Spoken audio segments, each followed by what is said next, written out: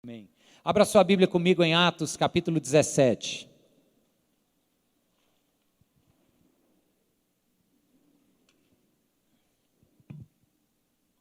Atos dos Apóstolos, capítulo 17. Eu vou ler com você a partir do verso 16.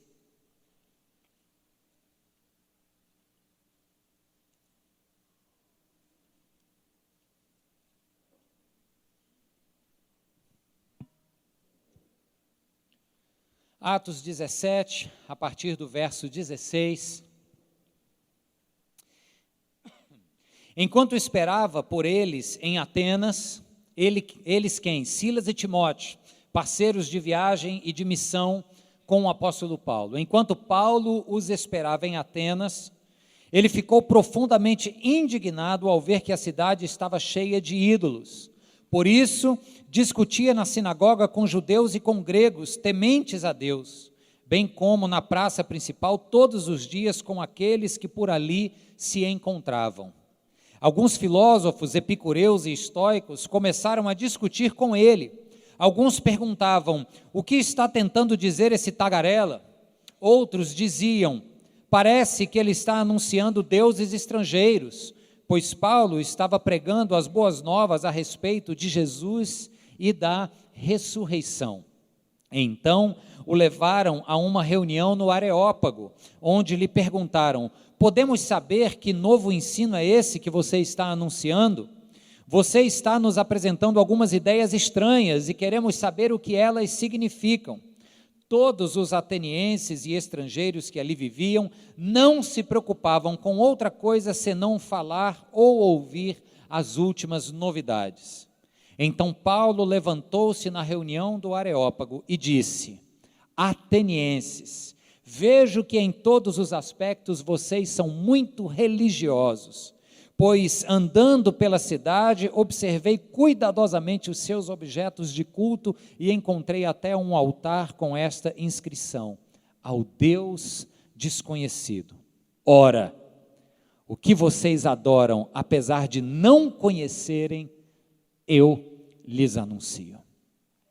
Senhor, em nome de Jesus, a nossa oração nesta hora é para que a Tua palavra continue alcançando os nossos corações, nos dando, Deus, entendimento daquilo que Tu estás falando com o Teu povo.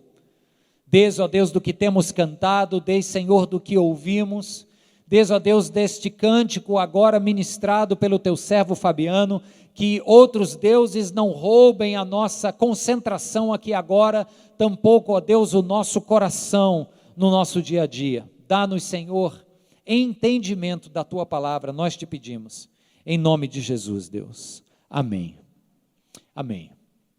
Queridos, esse texto de Atos 17, se você prestar atenção, ele começa com a continuidade da segunda viagem missionária de Paulo. Ele já tem passado aqui por Tessalônica, por Bereia e agora chega em Atenas. Paulo era assim, ele passava pelas cidades, se houvesse trabalho já acontecendo, cristão, ele fortalecia, se não houvesse, ele se juntava com alguns cristãos e fundava um trabalho. Paulo era esse homem que não parava quieto, não que ele não pudesse parar, sim, ele parava e descansava, mas ele não parava quieto porque ele não perdia oportunidades de falar do amor de Deus em sua vida e pela vida de todos os que o rodeavam. Então aqui Paulo vem de uma jornada, como falei, Tessalônica, Bereia, uma cidade onde ele admirou o zelo dos seus habitantes pelas Escrituras, e a partir dali então ele chega em Atenas. Daqui ele já vai para Corinto, onde ele vai fundar uma das igrejas mais fortes e numerosas do Antigo Testamento, a igreja dos Coríntios.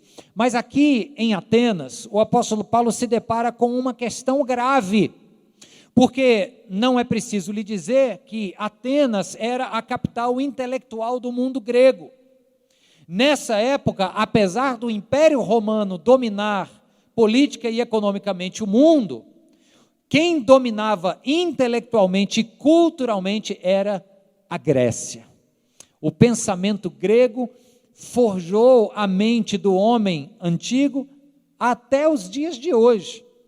E o apóstolo Paulo aqui está lidando com pessoas que têm uma visão de mundo completamente diferente da que o judeu, e Paulo era judeu, tinha, mas uma visão de mundo e uma visão de Deus completamente diferente do que o cristianismo, do que aquilo que o cristianismo anunciava.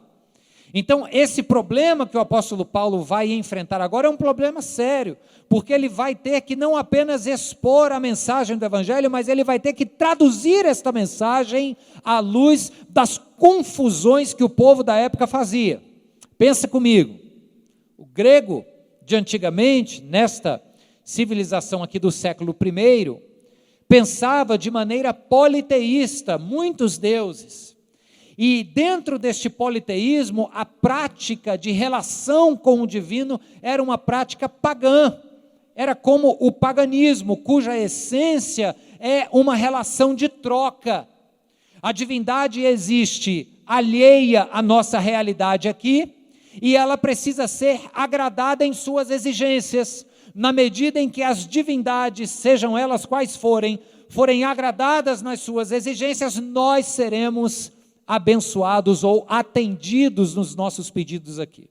Então era uma relação de contínua troca, algo imensamente impessoal, distante, de troca, daí então a partir de interesses. E o apóstolo Paulo vai agora falar sobre Jesus Cristo e a ressurreição para um povo que nem em ressurreição acreditava e que tinha uma imagem de Deus muito distinta daquilo que o evangelho anuncia. Então o apóstolo Paulo, a partir desse verso que eu parei de ler aqui, porque ele percebe aquele altar dedicado a um Deus desconhecido, e a partir daqui quando ele diz, agora eu vou lhes anunciar, ele começa então a pregar. E quando ele prega, se você prestar atenção no que Paulo vai dizer, você percebe que ele segue ponto a ponto as compreensões equivocadas dos atenienses, dos gregos. Por exemplo, falando então aos pagãos daquela época, de ontem, o que é que Paulo fala? Em primeiro lugar, Paulo já vai abrindo no verso 24, dizendo assim, Deus é o Criador, Ele fez os céus e a terra e tudo que neles há, porque a ideia dos gregos é que nós éramos fruto do cosmos, nós éramos, como alguns diziam, apenas uma faísca de Deus. Essa era a especulação dos filósofos. Paulo diz, não, nós não somos frutos de um acaso, nós somos obra da criação engenhosa e amorosa de um Deus. Ele já começa assim no verso 24. No verso 25, logo no início, ele fala o seguinte, este Deus que cria, ele é um Deus autossuficiente, ele não é obra e nem servido pela mão de homens. Ele não depende de nada do que eu e você possamos dar a ele. Isso ia de encontro, ia totalmente na contramão da compreensão do paganismo. Lembra que eu disse onde a divindade precisava receber coisas para então agraciar ou não o seu povo? Então Paulo vai dizendo, esse Deus, além de ter criado tudo e a todos, ele é um Deus autossuficiente, ele não precisa de nada, não tem nada que eu e você possamos oferecer a Deus que gere qualquer tipo de interesse ganancioso da parte dele para conosco. Não tem nada que você possa dar que Deus esteja precisando. Nem o nosso louvor, não é verdade, Fabiano? Nem o nosso louvor, Deus não está, uma vez eu escutei um pastor falando isso, eu achei um barato. A gente às vezes louva achando que Deus está lá no céu numa crise de identidade, e conforme o povo vai dizendo assim, eu te adoro, tu és maravilhoso, tu és lindo, Jesus, etc., Deus vai se sentindo melhor. Nem disso ele precisa. Diga-se de passagem, quem precisa da adoração que nós prestamos a Deus, somos nós mesmos, que somos conectados com esse Deus enquanto o adoramos. Então ele vai construir essa ideia de que, olha, atenienses, vocês pensam a respeito de Deus de uma maneira equivocada. Ele criou tudo, ele não precisa de nada. Depois, ele é a fonte de tudo, a continuação do verso 25 vai dizer que tudo vem dele, absolutamente tudo vem das mãos de Deus. E Paulo está contrastando aí, queridos, um problema porque os gregos construíam ídolos e altares. Repare que Paulo está andando pela cidade e vê vários altares, não é isso? O Deus, a divindade é representada naquele altar. Paulo está dizendo, olha, ele não precisa, ele não pode ser representado por nada de prata, de ouro, de barro, absolutamente. Na verdade, ao contrário, ele é que é a fonte de tudo. Você não vai usar algo para representar a ele, é ele que representa o todo.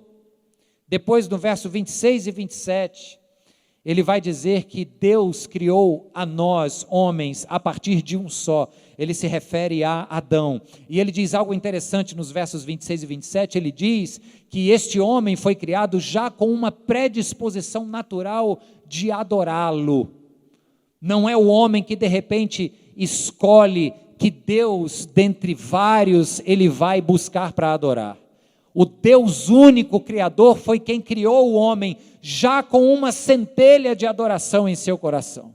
E Paulo vai falando para os atenienses disso, diz assim, nele vivemos, nos movemos e existimos. Verso 28, querendo dizer o seguinte, nada do que acontece está fora do controle de Deus. Isso era importante os atenienses saberem, por quê? Porque na cultura politeísta, existem divindades a qual você se afeiçoa. Então, digamos, a divindade X ocupa essas e essas responsabilidades, enquanto a divindade Y ocupa outras. Esta daqui não tem como saber o que aquela acolá sabe. Paulo está dizendo, nele nós vivemos, nele nós nos movemos e existimos. Não tem nada no universo que aconteça que fique alheio ao conhecimento e à soberania do nosso Deus. Amém, queridos? Isso foi importante os atenienses ouvirem, mas é importante a gente ouvir aqui também. E ele vai continuar, e no verso 29 ele diz, nós somos descendência de Deus. Aqui o caldo começa a engrossar, porque descendência é quando um pai tem um filho, o filho é a descendência do pai, não é verdade? Os gregos viam a divindade como um ser impessoal. O que Paulo está dizendo é o seguinte, Deus é tão pessoal que nos tem por filhos. É tão íntimo e quer ter tanta proximidade conosco que nos tem como sua descendência. Os gregos nessa hora já devem ter arregalado o olho.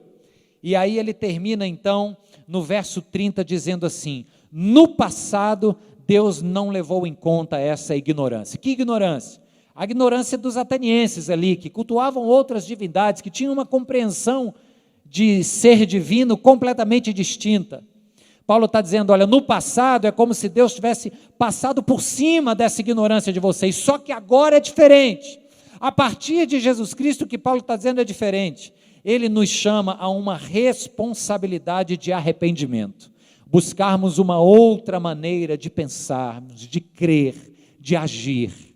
Então é como se ele estivesse dizendo ali para os atenienses o seguinte, olha, o que vocês entendem sobre Deus está equivocado. A cultura de vocês produz uma visão de mundo equivocada. Eu quero lhes anunciar o verdadeiro Deus, que criou todas as coisas, que nos chamou para adorá-lo, que não precisa de nada nosso, portanto que não quer ter moeda de troca conosco. Esse Deus no qual nós vivemos, nos movemos e existimos, esse Deus que no passado deixou esta ignorância acontecer, mas que agora em Cristo Jesus espera de mim e de você uma atitude de arrependimento.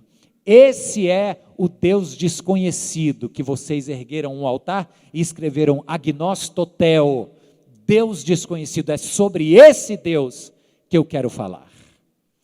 Então Paulo começa o seu discurso deixando bem claro a mensagem que ele trazia. O Deus que eu preciso lhes comunicar é diferente do Deus que vocês estão acostumados a adorar. Isso gerou, obviamente, uma reação.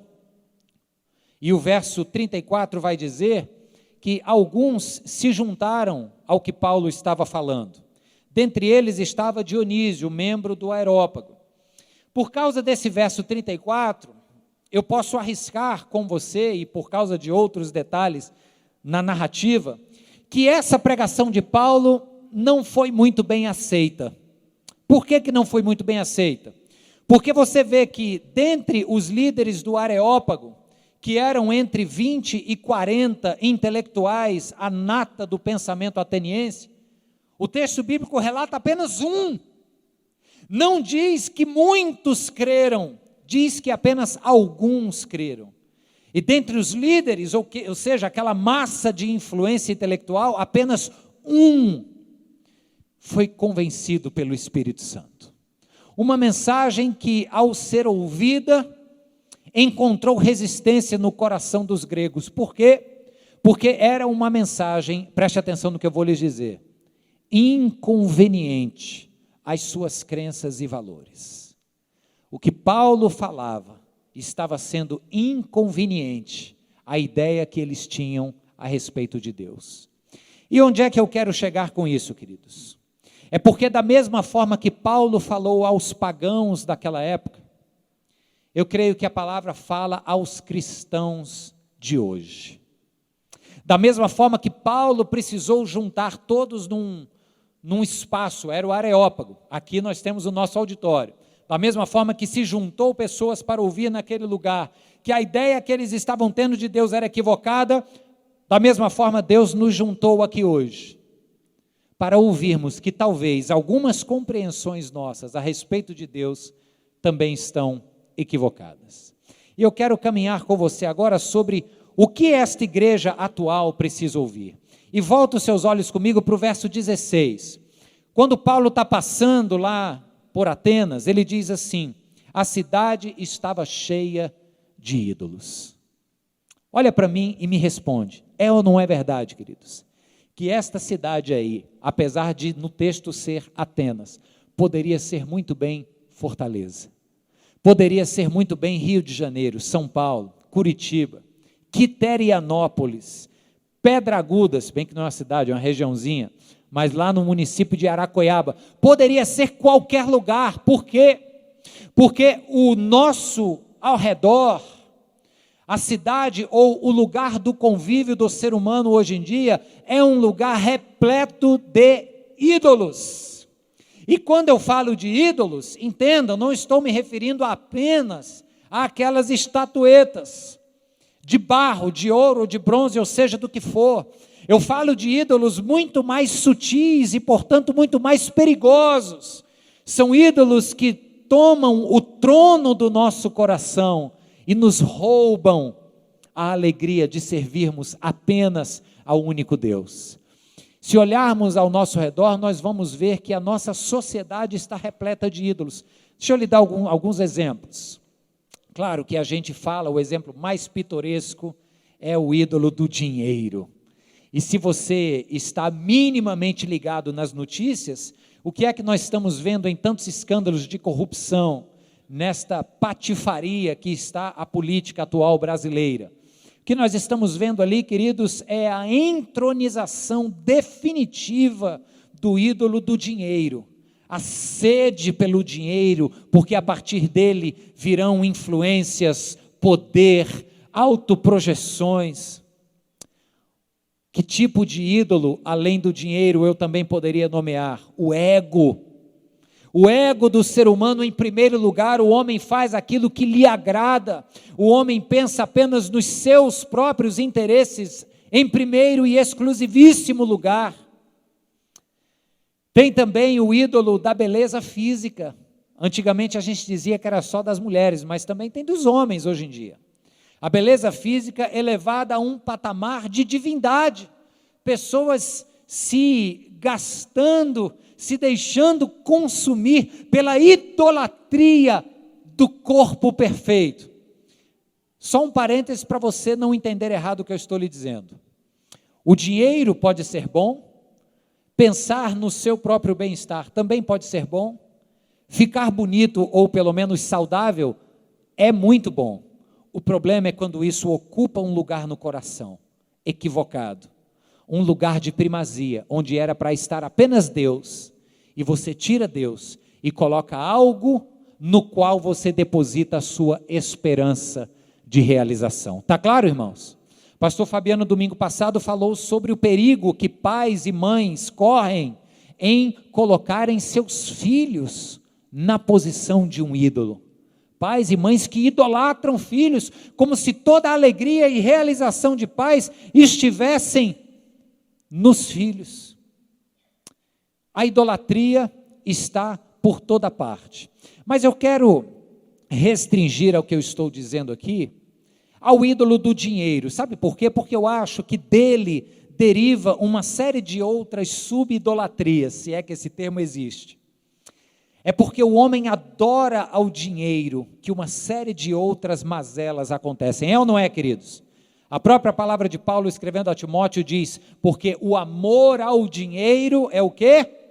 A raiz de todos os males. Então veja, quando Jesus Cristo chamou o dinheiro de uma divindade, quando ele falou, o homem não pode servir a dois senhores, ele não pode adorar a Deus e a Mamon, o nome da divindade das riquezas.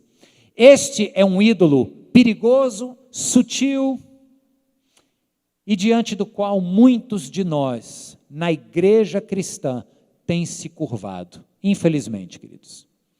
Deixa eu continuar para você entender o que eu estou dizendo. Verso 18, diz que Paulo, enquanto andava, as pessoas perguntavam assim, ele está anunciando deuses estrangeiros? Por que esta indagação? E eu vou lhe dizer, porque numa sociedade de muitos ídolos, numa sociedade que cultua diversos deuses, é como se a mensagem do evangelho que Paulo estivesse pregando parecesse uma história de outro mundo.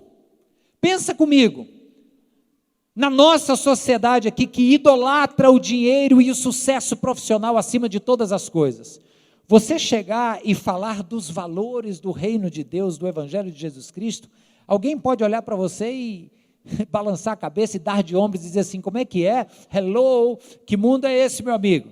Sexta-feira é dia de folha, como é que eu vou pagar a conta?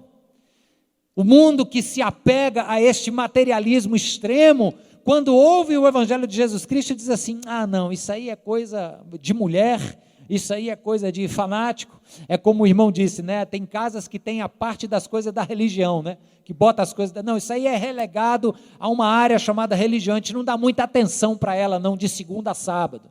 No domingo a gente vai para a igreja e tal, mas segunda a sábado é mundo cão.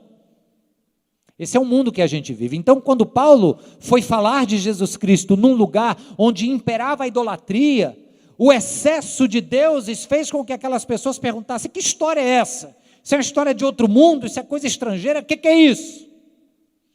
Estava com a minha esposa ontem na praia, falei isso aqui hoje cedo, e o lugar muito bonito, pôr do sol belíssimo, e a gente foi para lá para relaxar e tal, conversando sobre casamento, isso já era finzinho da tarde, e a gente olhou ao redor, era um lugar novo, a gente nunca tinha ido naquele espaço ali, e a gente olhou ao redor, queridos, e foi de partir o coração, porque a faixa etária da garotada que estava lá, variava entre uns 15 e 20 anos, não mais do que isso. Eu diria que quase 80% deles ali estavam com atitudes promíscuas um para com o outro. De um lado você olhava, você via atitudes promíscuas entre casais heterossexuais. De outro lado você olhava e via atitudes promíscuas entre casais homossexuais. E nós estamos falando aqui de uma garotada, 15 a 20 anos de idade. Não mais do que isso. Os coroas do pedaço éramos eu e minha mulher.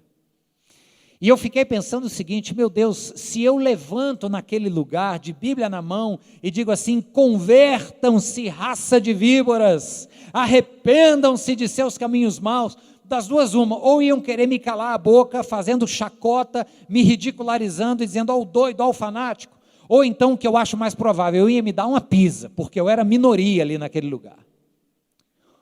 O mundo que idolatra o ego, ali, sabe o que é que importa ali no coração daquela garotada? Não importam o que os pais dizem, não importam o que a lei diz, que tinha uns fumando maconha também, lá no canto. Não importa o que a palavra de Deus diz, menos ainda. Sabe o que é que importa? Importa o que eu digo ser certo, importa a minha verdade, importa a minha opinião, importa o meu desejo. Se o meu desejo é para alguém do mesmo sexo que eu, ninguém tem nada a ver com isso. Sabe como é o nome disso, queridos? Além de pecado, o nome disso é pós-modernidade. Cada um tem a sua verdade e ninguém tem nada a ver com isso. Este é um ídolo chamado ego. É o eu que dá as ordens do pedaço. É como se não houvesse um Deus para dizer o que é certo e errado. Percebe? Num mundo onde esses deuses são cultuados, quando você vai falar de Jesus Cristo, parece que você está contando uma história de outro mundo. É ou não é, queridos? É ou não é, irmãos? Vou mostrar para vocês como é que essa história de outro mundo acontece. Um dos deuses e ídolos que nós temos concordado aqui é o Deus do dinheiro. O Deus do dinheiro diz que quanto mais você tiver, mais bem você vai sair na foto. Quanto mais você tem, mais acumula, melhor será a sua projeção social. Não é isso que diz a sociedade ao nosso redor? Aí essa história de outro mundo, Jesus Cristo, começa apresentando Deus como um pai, cujo ato na história é um ato de doação. O que é que diz João 3,16? Deus amou o mundo de tal maneira que deu, é doar-se. Você vai lembrar então de Lucas citando o Senhor Jesus no livro de Atos, capítulo 20, verso 35, quando diz que mais bem-aventurado ou maior felicidade é aquela de quem dá do que aquela de quem recebe. Vamos concordar aqui o seguinte: nesse mundo onde o Deus é ter, e não apenas ter muito, mas ter mais, dizer que o certo é dar, é uma história de outro mundo, é ou não é, queridos? Outro texto, Lucas capítulo 12, verso 15, cuidado, fiquem de sobreaviso contra todo tipo de ganância, a vida de um homem não consiste na quantidade de seus bens. Olha que loucura, história de outro mundo isso aí. No mundo que a gente vive, ouvindo o que a gente vive desses deuses aí, o Deus Mamon, isso é loucura. Esse mesmo capítulo, mais adiante no verso 19, Jesus continua a história dizendo que um homem falou o seguinte: direi a mim mesmo, isso um homem abastado, né? Você tem grande quantidade de bens armazenadas para muitos anos, descanse, coma, beba e alegre-se. Em outras palavras, né? Confia no poder do capital que você acumulou. Contudo, Deus lhe disse, insensato, ou em outras traduções diz, tolo, esta mesma noite a sua vida lhe será exigida, então quem ficará com o que você preparou? Assim acontece com quem guarda para si riquezas, mas não é rico perante Deus, não é rico para com Deus. Essa é a mensagem absurda que se prega num mundo onde se valoriza tanto o ter. Irmãos, me permita abrir um parênteses para dizer algo muito sério para você. Quando nós falamos que o mundo ao nosso redor valoriza o ter, eu não estou falando apenas daquele camarada ganancioso que você conhece, eu não estou falando apenas dos batistas, não é a denominação batista não, tá? É os de sobrenome batista aí que estão, né, em evidência nos noticiários. Eu não estou falando apenas daquele camarada doido por dinheiro, cujo Deus Mamon tomou conta de seu coração. Não. Estou falando da igreja. Porque esta ideia de que Deus quer me dar mais e mais, mediante o quanto que eu dou para Ele, esta é uma ideia pagã. E esta é uma ideia forjada numa cultura materialista, que foi já totalmente comprada pelo Deus das riquezas. Quero lhe dizer em alto e bom tom, este Deus que tem sido pregado por aí, de que quanto mais você der para Ele, mais Ele vai te dar de volta, que portanto esse negócio com Deus virá a ser um negócio lucrativo. Esse Deus que se prega por aí, não é o Deus em quem nós cremos, não é o Deus revelado em Jesus Cristo de Nazaré. Fique claro isso, irmão, preste muita atenção no que está sendo dito. Se você ouvir sombra desse discurso, rejeite. Porque o Jesus Cristo de Nazaré nos diz que é melhor dar do que receber, que o amor ao dinheiro é a raiz de todos os males. Ele está dizendo que o dinheiro é ruim? Ele está dizendo que o amor a ele pode levar o sujeito para o buraco. Estamos entendidos? Amém. que é que acontece então quando você olha para essas divindades ao redor, decide destroná-las, como o apóstolo Paulo fez, e apresentar o verdadeiro e genuíno Evangelho de Jesus Cristo? Eu vou lhe dizer, Deus vai criar oportunidades para você. O texto nos fala que Paulo foi levado ao Areópago. O Areópago era um lugar de proeminência cultural e intelectual de Atenas. Ali aconteciam grandes debates e grandes decisões. O apóstolo Paulo vem como um desconhecido, passa por Tessalônica, cruza Bereia, chega em Atenas, e para onde que ele é levado? Para o lugar mais importante para falar. Se você abrir sua boca para falar do Evangelho de Jesus Cristo, não se preocupe, Deus vai te dar ouvidos atentos para ouvi-lo. Amém, irmãos? Mais à frente, o apóstolo Paulo repara ao redor e diz assim: eu encontrei um altar que vocês ergueram com a escritura agnostotel, ao Deus desconhecido, e é a respeito desse Deus conhecido que eu quero lhe falar. Sabe o que Paulo percebeu aí? Paulo percebeu que no meio de tanta cegueira e confusão e desvio, o coração daqueles homens atenienses ali queriam adorar algo. Não é verdade, irmãos? Nós aqui hoje não estamos em Atenas, em plena Fortaleza, século 21. Se você olhar para os seus amigos, parentes, colegas de trabalho, todo ser humano precisa adorar algo. Infelizmente, tem uma grande maioria que adoram as coisas erradas. Mas todo ser humano vai querer adorar alguma coisa. Sabe de onde vem isso? Isso vem do próprio Deus. Olha o que é que nos diz Eclesiastes capítulo 3, verso 11. Diz que Deus fez tudo apropriado no seu tempo e pôs no coração do homem o quê? Um anseio pela eternidade. Alguns que não conhecem a Deus vão querer suprir esse anseio, talvez nas drogas, talvez na dedicação exclusiva e doentia à carreira profissional. Outros vão querer canalizar este anseio pela eternidade numa vida de excessos, sejam eles quais forem, mas Paulo está dizendo o seguinte: vocês construíram altares, e tem um altar desse que pode levá-los de fato a uma relação com o único Deus que vai suprir este anseio que vocês têm em seus corações. O que é que isso representa para nós na prática? Lembra do anterior? Paulo foi levado ao Areópago. Deus deu a ele, enquanto ele pregava o evangelho verdadeiro no meio de tantos deuses, Deus deu a ele oportunidade de pregar em lugar estratégico. Ele foi, e uma vez lá pregando, Deus mostrou que existiam corações sedentos por ouvir a palavra. Sabe o que ia acontecer se eu chegasse lá na praia, levantasse a Bíblia e dizia: arrependam-se, bando de garotos promíscuos? Certamente eu seria ridicularizado. É possível até que eu tomasse uns tapas. Já pensou a vergonha com a minha mulher lá, o povo me empurrando, eu ia cair na areia, ia ser um vexame. Mas eu não tenho a menor dúvida que pelo menos um iria chegar e ia dizer: fala mais, porque minha vida não faz sentido. E finalmente, eu estou ouvindo algo que pode me colocar no caminho. Quem crê diz amém. Paulo destronou deuses em Atenas. Falou que eles tinham que rever a noção que tinham de divindade. O homem moderno precisa rever a noção que tem, a ideia que eles vêm construindo a respeito de Deus.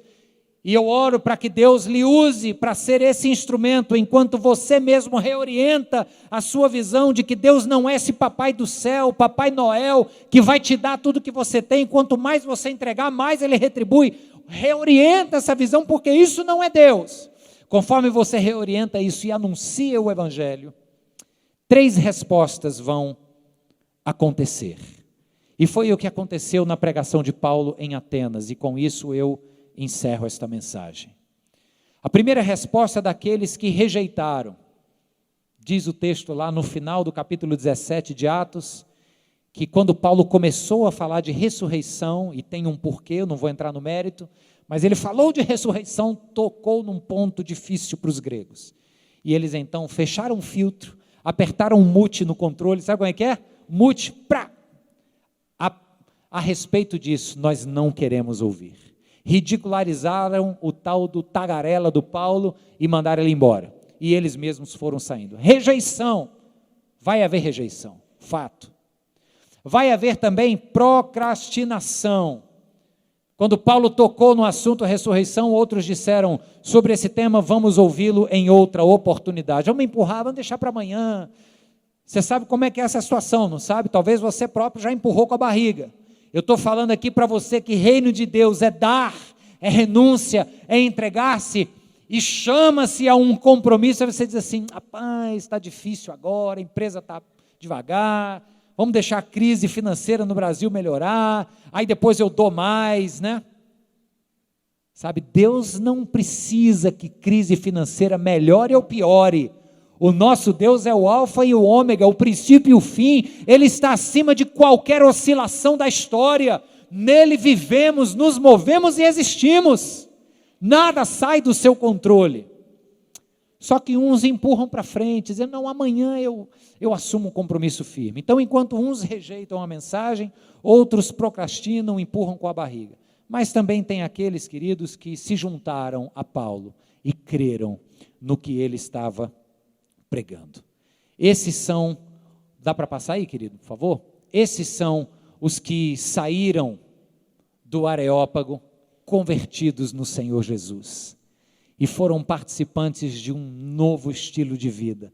Passaram a se relacionar com um Deus vivo, com um Deus que não falha, com um Deus que lhes ensina que dar é melhor do que receber, e que quanto mais eu tenho, mais eu sou chamado a dar, porque essa é a vontade de Deus. Esse é o Deus em quem eu creio, esse é o Deus dessa igreja, esse é o Deus da sua vida, em nome de Jesus. Amém. Que o Senhor nos abençoe, queridos, e nos dê a paz. Aleluia.